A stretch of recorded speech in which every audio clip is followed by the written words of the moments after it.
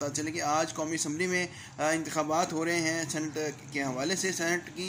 37 नशिस्तों पर इस वक्त वोटिंग जारी है। 340 अरकान वोट डाल चुके हैं, जबकि एक रुकन जो है जमात इस्लामी के उनका भी वोट डालना बाकी है। इस हवाले से यहाँ पर यह बात बहुत इंपॉर्टेंट है कि ऐलान जो है वो 5 बजे के बाद होगा, जब रिटर्निंग ऑफिसर्स मौजूद होंगे और पोलिंग एजेंट्स को हर पार्टी से एक पोलिंग एजेंट को बैठने की इजाज़त होगी। और ये बहुत ही अहम मौका है कि सेनेट के इलेक्शन हो रहे हैं और बहुत ही हाइप क्रिएट हो चुकी है, क्योंकि जो कौमी असम्बली के जो है वोट हैं,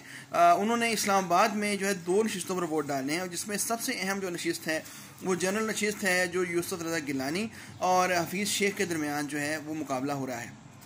अगर गिलानी साहब ये सीट जीतते हैं तो उसका मतलब है कि हुकूमत को शिकस्त होगी, और हफीज़ शेख जीतते हैं तो ये हुकूमत की कामयाबियों का तसलसल होगा। अब देखते हैं कि अगर इस्टेब्लिशमेंट इस वक्त पीटीआई के साथ है तो फिर हुकूमत की जीत लाजमी है, लेकिन अगर उनका हाथ पीछे है, जो कि नज़र आ रहा है कि वो हाथ उठा चुके हैं, तो फिर गिलानी जो है वो जीत जाएंगे और फिर एक बार फिर जो है इमरान खान की हुकूमत जो है डामाडोल होने के करीब आ जाएंगे।